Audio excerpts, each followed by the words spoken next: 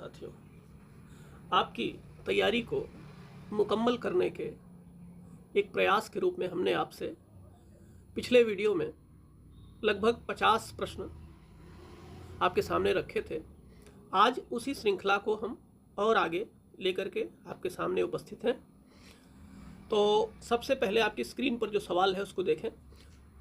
रोगी की स्वास्थ्य देखभाल संबंधी निर्णय लेने के उसके अधिकार की नर्स द्वारा सम्मान करने की संवृत्ति कहलाती है। देखिए, जो नर्स है उस नर्स की संवृत्ति का मतलब एक प्रकार की वो जो इसकी प्रवृत्ति है वो क्या कहलाएगी, उसको हम कहते हैं ऑटोनॉमी। यानी जैसे कोई भी नर्स है, वो नर्स रोगी की जो देखभाल कर रही है उस संबंध में क्या करेगी, उसको जो भी आवश्यकता समझेगी वो निर्णय ले सकती है। तो इसमें यह नहीं है कि रोगी बताएगा कि आप ऐसा करिए ऐसा ना करिए, तो उसके द्वारा जो निर्णय लेने की जो संवृत्ति है वो कहलाती है ऑटोनॉमी। यानी स्वयं द्वारा वो कुछ निर्णय ले सकती है उसके अधिकार, उसके स्वास्थ्य के संबंध में। इसके बाद आप देखें, पूछ रहा है ऑस्ट्रियोमैलेशिया। तो आपको ये पता है कि विटामिन डी, याद करने वाली बात है। ऑस्ट्रियो, तो ये शब्द अगर आप ध्यान दें तो ये किससे संबंधित होता है, हड्डियों से संबंधित है। तो बिल्कुल क्लियर होना चाहिए कि हड्डियों का संबंध किस प्रकार के विटामिन से है। मनुष्य का दूध केवल इसके अतिरिक्त सभी से युक्त है। तो ये भी बहुत आसान सा प्रश्न है। इसमें जो है आयरन नहीं पाया जाता, बाकी सारी चीजें पाई जाती हैं। अगला जो प्रश्न है उसमें आप देखें, पूछ रहा है कि कौन सी शर्करा शहद में अधिकतम होती है। तो आपको स्पष्ट होना चाहिए कि शहद में जो पाई जाने वाली शर्करा का रूप है, चीनी का रूप है, वो क्या है, फ्रक्टोज है। ठीक है, कमेंट करके आप बताएं कि लैक्टोज किस में पाया जाता है, किस शर्करा में लैक्टोज पाया जाता है, माल्टोज किस में पाया जाता है, और ग्लूकोज। किसके अतिरिक्त सभी बृहद पोषक तत्व हैं। तो आप जानते हैं कि मुख्य पोषक तत्व यही हैं, प्रोटीन, कार्बोहाइड्रेट और वसा। जबकि विटामिन क्या है, पोषक तत्व नहीं है। ठीक है, विटामिन का कार्य क्या है, कमेंट करें। मस्तिष्क की पोषण संबंधी आवश्यकताओं की पूर्ति के लिए योजना बनाते समय नर्स यह समझती है कि जन्म से लेकर 1 वर्ष तक की आयु वर्ग की ऊर्जा आवश्यकता अधिकतम होती है। ठीक है, यह भी बात क्लियर होना चाहिए, क्योंकि इस समय बच्चे को तमाम तरह के इन्फेक्शन से बचाना होता है और वृद्धि की भी आवश्यकता होती है। तो कई तरह के जो है पोषक तत्वों की आवश्यकता होती है। तो इस प्रकार से जन्म से लेकर के 1 वर्ष तक अधिकतम ऊर्जा की आवश्यकता होती है। करा कौन सा पोषक तत्व अंडे में नहीं पाया जाता, ये भी आपको स्पष्ट होना चाहिए। विटामिन सी और कार्बोहाइड्रेट। क्लियर है, याद रखने वाली चीजें ये सब। One liner. निम्नलिखित में से कौन सी कोशिका एक भक्षक कोशिका के रूप में कार्य करती है। तो इसको हम बोलते हैं मैक्रोफेज। यूनिवर्सल डोनर है ना, रक्त का जब आदान प्रदान किया जाता है तो उसमें कौन जो है सबको दे सकता है, तो वह रक्त वर्ग है ओ निगेटिव। आप कमेंट करके बताएं कि कौन सबसे रक्त ले सकता है। फिर अगला प्रश्न है, कौन सा हार्मोन अग्नाशय के बहिर्स्रावी भाग पर कार्य करता है और जल एवं बाइकार्बोनेट आयनों के श्रवण को उत्तेजित करता है। तो यह हार्मोन कहलाता है सिक्रेटिन। ठीक, अब देखिए इसमें पूछ क्या रहा था, ये ध्यान रखेंगे आप। अग्नाशय पूछ रहा, अग्नाशय के बहिर्स्रावी भाग है ना। अग्नाशय एक ऐसी ग्रंथि है जो 2 तरह से काम करती है, एक बहिर्स्राव और दूसरा अंतःस्राव। तो पूछ रहा था इसमें कि बहिर्स्राव भाग पर काम करता है और जल एवं बाइकार्बोनेट आयनों के श्रवण को उत्तेजित करता है। फिर पूछ रहा है एएनएफ का कार्य निम्नलिखित हार्मोन्स में किसके विपरीत है। तो एएनएफ का जो कार्य है वो एल्डोस्टेरॉन के विपरीत है। प्लेटलेट्स की संख्या घटती है, तो डेंगू हो जाने पर प्लेटलेट्स डाउन हो जाता है, ये भी आपको बिल्कुल वन लाइनर टाइप का प्रश्न है, इसमें कुछ बहुत व्याख्या करने की आवश्यकता नहीं है। फिर टेट्रासाइक्लिन किसके रोग निरोधक के रूप में प्रयुक्त होता है? तो टेट्रासाइक्लिन हैजा में इस्तेमाल होने वाली चीज है। क्लियर? आगे, निम्नलिखित में से 1 माह के बच्चे में HIV संक्रमण के निदान के लिए प्रयुक्त विधि है? प्रयुक्त विधि नहीं है। देखिए, अब यदि आप जरा सा भी आपने पीछे पढ़ा हुआ है तो आप जानते हैं कि जो एलिसा है ये HIV का एक टेस्ट है। आपको HIV है कि नहीं है उसके जांच करने के लिए जो परीक्षण किया जाता है तो एलिसा कहते हैं। तो इसमें पूछ रहा है कि 1 माह के बच्चे में, तो हम जानते हैं कि जो HIV एलिसा टेस्ट है वो यहाँ पे काम नहीं करेगा। तो इसमें विधियां क्या हो सकती हैं? DNA PCR या वायरल कल्चर या एंटीजन एसे। तो इन सब के द्वारा तो परीक्षण हम कर सकते हैं, लेकिन इसके द्वारा नहीं। फिर हरी पत्तेदार सब्जियां किसका स्रोत है? तो वो किसका स्रोत है? विटामिन ए का। ठीक है, आप जानते हैं विटामिन डी किससे मिलता है? विटामिन डी त्वचा के अंदर सूर्य के प्रकाश से मिलता है। फिर विटामिन सी जितने प्रकार के खट्टे फल हैं उसमें पाया जाता है। और विटामिन बी का जो प्रकार है, विटामिन B1 से लेकर के B12 तक, वो अलग अलग पदार्थों में पाए जाते हैं। तो यहाँ पे आपसे क्या पूछ रहा था कि हरी पत्तेदार सब्जियां किसका इनका संपन्न स्रोत क्या है, मतलब सर्वाधिक मात्रा किसमें पाए? तो विटामिन ए की जो सर्व मात्रा है वो सबसे ज्यादा हरी पत्तेदार सब्जियों में पाई जाएगी। फिर निम्नलिखित में से किसके अतिरिक्त सभी को बार बार आयरन पोषकों की आवश्यकता होती है? तो आयरन का सप्लीमेंट इसमें पूछ रहा है कि किसको बार बार जरूरत पड़ेगी, है ना? तो आप जानते हैं कि गर्भवती महिला को बार बार आवश्यकता होगी, शिशु जो होंगे उनको बार बार आवश्यकता होगी, जो बिल्कुल तरुण बच्चियां हैं उनको आवश्यकता होगी। तो ये तीनों को आयरन सप्लीमेंट की आवश्यकता होगी। जबकि मेनोपॉज का मतलब है कि जिन महिलाओं का मासिक धर्म बंद हो चुका है, यानी 45 के उम्र के बाद, तो इनके शरीर को आयरन के अधिक सप्लीमेंट की आवश्यकता बार बार नहीं होगी। क्लियर? फिर उसके बाद रिकेट्स से पीड़ित बच्चे द्वारा कौन सा खनिज लिया जाना चाहिए? तो क्लियर बात है, ये कैल्शियम। फिर ये भी आपको वन लाइनर का प्रश्न है, पीछे आपने हाई स्कूल की परीक्षाओं में भी पढ़ा होगा। आरबीसी का जो जीवन काल है वो 120 दिनों का होता है।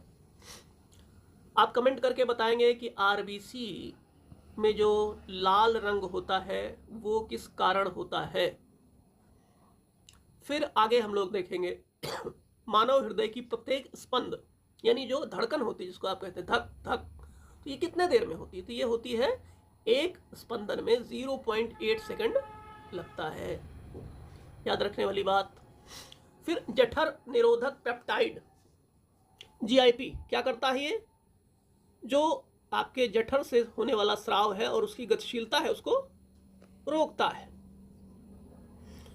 फिर दीर्घकालिक दस्त रोग, उसका कारण क्या है? आंत में पाए जाने वाले जो परजीवी हैं, है ना, फीता कृमि हो गया, इस तरह के जो परजीवी जो आंत से चिपके रहते हैं उन्हीं के कारण जो है लंबे समय तक जो दस्त का रोग है वो होता है। चिकन पॉक्स का औसत उद्भव काल क्या है? तो ये 10 से लेकर के 12 दिन, याद रखने वाली बात है। टाइफाइड के लिए आपको याद होना चाहिए ये कौन सा टेस्ट है? बिडॉल। ठीक है, बिडॉल। कमेंट करके बताएंगे। देखिए ऊपर ये प्रश्न मिला था ना, एलिसा हमने किसके लिए बताया था? कमेंट करें। उच्च रूप से ऊष्मा प्रतिरोधी वैक्सीन है, तो ये टीटी वैक्सीन जो है ये उच्च रूप से ऊष्मा प्रतिरोधी है। निम्नलिखित में से कौन सा निष्क्रिय वैक्सीनेशन के लिए प्रयुक्त होता है? तो मानव व जानवर सीरा। श्वसन मार्ग द्वारा संचारित नहीं होता है, रोटा वायरस। ठीक है। निम्नलिखित में से कौन सा एक ग्राम पॉजिटिव बैक्टीरिया की कोशिका भित्ति का लक्षण नहीं है? तो इसको आप याद रख लेंगे, टिकोइक एसिड की अनुपस्थिति। अगर ये उपस्थित नहीं है, तो इससे क्लियर होता है कि इसमें ग्राम पॉजिटिव बैक्टीरिया की कोशिका भित्ति नहीं इसमें मौजूद है। बर्थोलिनाइटिस एक मादा जनन तंत्र में विकार। तो देखें आप क्या लिखा हुआ है इसमें, बर्थो शब्द से आप पकड़ने की कोशिश करें तो बर्थ से बना हुआ होगा, तो बर्थोलिनिटिस, तो इसका मतलब यह है कि यानी जनन से संबंधित ही होगा, और बर्थ तो बर्थ यानी पैदा करने वाली जो है वो मादा ही होगी। तो इसमें आप एक हद तक सामान्य बुद्धि का प्रयोग करके भी सवाल को हल कर सकते हैं। निम्नलिखित में से कौन से जीव में कोशिका भित्ति नहीं होती है? आपने हाई स्कूल में पढ़ा होगा इसको कि माइक्रोप्लाज्मा जो है उसमें कोशिका भित्ति नहीं पाई जाती। रोगी का क्लिनिकल रिकॉर्ड, ये भी क्लियर है। इनपुट और इनटेक एवं आउटपुट चार्ट, मतलब कि क्या क्या चीजें ली जा रही हैं, है ना, उसका रिजल्ट क्या क्या आ रहा है, ये सारी चीजें मौजूद होती है रोगी के क्लिनिकल रिकॉर्ड में। ठीक है, वैसे भी इसमें सामान्य बुद्धि का प्रयोग करेंगे तो आप समझ सकते हैं कि ये नहीं हो सकता है, ये नहीं हो सकता है, ये नहीं हो सकता है। ठीक है, फिर इंडियन नर्सिंग काउंसिल एक्ट 1947, यानी आप समझ के चले जब देश आजाद हुआ था तो उसी के साथ साथ इंडियन नर्सिंग काउंसिल एक्ट बना था।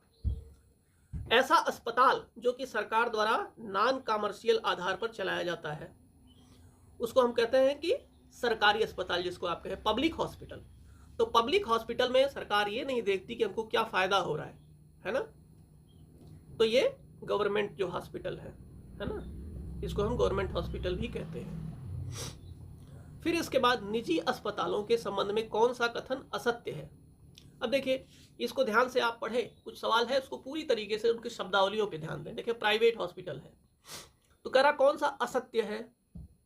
अब ये सब आप पढ़िएगा तो आप देख सकते हैं कि अस्पताल नॉन कमर्शियल, नॉन कमर्शियल का मतलब क्या होता है कि हमको क्या फायदा हो रहा है, क्या नुकसान हो रहा है, इस पर हम ध्यान नहीं देंगे। तो आपको पक्का पता है कि जो निजी या प्राइवेट हॉस्पिटल होते हैं वो किस तरह के जो है वो व्यवहार करते हैं, कितने जो है उनके पास उनकी जो कास्ट है, किसी भी टेस्ट से लेकर के हर दवाओं पर जो भी वो पैसे लेते हैं या देखने के नाम पर जो भी वसूलते हैं उसके चार्ज काफ़ी ज़्यादा होते हैं।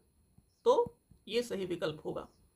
इसके बाद निम्नलिखित में से कौन सी सीधे सेवा प्रथम स्तर की प्रोफेशनल नर्स मानी जाती तथा मरीज को डायरेक्ट केयर प्रदान करती? तो स्टाफ नर्स। पेंसिलिन की खोज, ये तो हाई स्कूल में आपने पढ़ा होगा, अलेक्जेंडर फ्लेमिंग ने 1928 में की थी इसकी खोज। ठीक है, आप कमेंट करके बताएं विलियम हार्वे ने क्या किया था। ठीक है, ये भी चिकित्सा से संबंधित है, विलियम हार्वे। फिर इसके बाद निम्नलिखित में से कौन सा वैक्सीन फ्रीजर में नहीं रखना चाहिए? तो डिप्थीरिया यानी काली खांसी, पर्ट्यूसिस एवं टिटनेस। ठीक है, इसकी वैक्सीन को फ्रीजर में नहीं रखा जाता है। ओलिग यूरिया में मूत्र का आयतन 400 ml से कम होता है। शुष्क ऊष्मा की क्षमता किसके उपयोग द्वारा जांची जाती है? तो ये जांची जाती है क्लोस्ट्रीडियम टिटेनी, क्लोस्ट्रीडियम टिटेनी। ठीक है, अस्पताल में नर्सिंग अधीक्षक के कार्यों में सम्मिलित नहीं है। अब देखिए नर्सिंग अधीक्षक उसका जो कार्य है उसमें आपको पता है कि नीति तैयार कर क्रियान्वित करना, ये तो होगा ही, नर्सिंग राउंड होगा ही, नए रोगियों के रजिस्टर का संधारण करना ये भी होगा, लेकिन संगठन कैसे चलेगा इसकी जिम्मेदारी इसकी नहीं होनी है। फिर पीलिया से ग्रस्त रोगी में नर्स द्वारा कौन सा लक्षण पाए जाने की संभावना होती? तो ये भी क्लियर बात है, इस बिलरुबिन जो है जिसके वजह से आप अक्सर देखते होंगे आंखों का पीला रंग या नाखून का पीला रंग, त्वचा में हल्का पीलापन दिखाई पड़ेगा, तो ये बिलरुबिन बढ़ जाता है, तो पीलिया रोग का ये प्राथमिक लक्षण है। राज्यों में नर्सेस के रजिस्ट्रेशन से संबंधित रेगुलेटरी बॉडी है, तो स्टेट लेवल का जो रजिस्ट्रेशन होता है तो स्टेट नर्सिंग काउंसिल करेगी। ठीक है, ऐसा अस्पताल जिसमें संक्रामक बीमारियों से ग्रसित व्यक्ति को अन्य मरीजों से अलग की व्यवस्था होती है।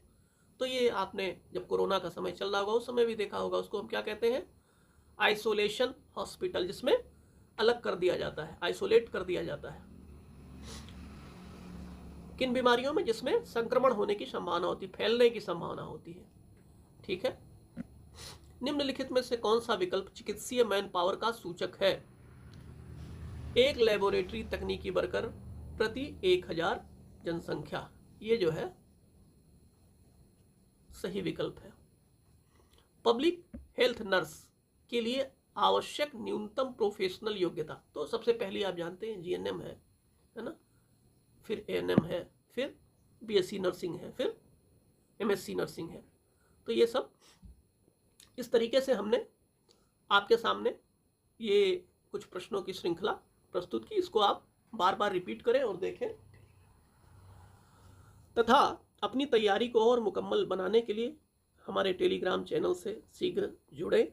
वहाँ पर ना सिर्फ आपको पर्सनल गाइडेंस दिया जाएगा, बल्कि अगर आपके कोई समस्या है तैयारी को लेकर के तो उसमें भी आपका सहयोग किया जाएगा, और वहाँ आपको कुछ पीडीएफ निःशुल्क आपको मिलेंगे, तथा आगे हम कुछ जो पेड क्लासेस लाने वाले हैं उस पेड क्लासेस के लिए भी कैसे हम आगे बढ़ेंगे उसकी भी जानकारी आपको उस टेलीग्राम चैनल पे मिलेगी।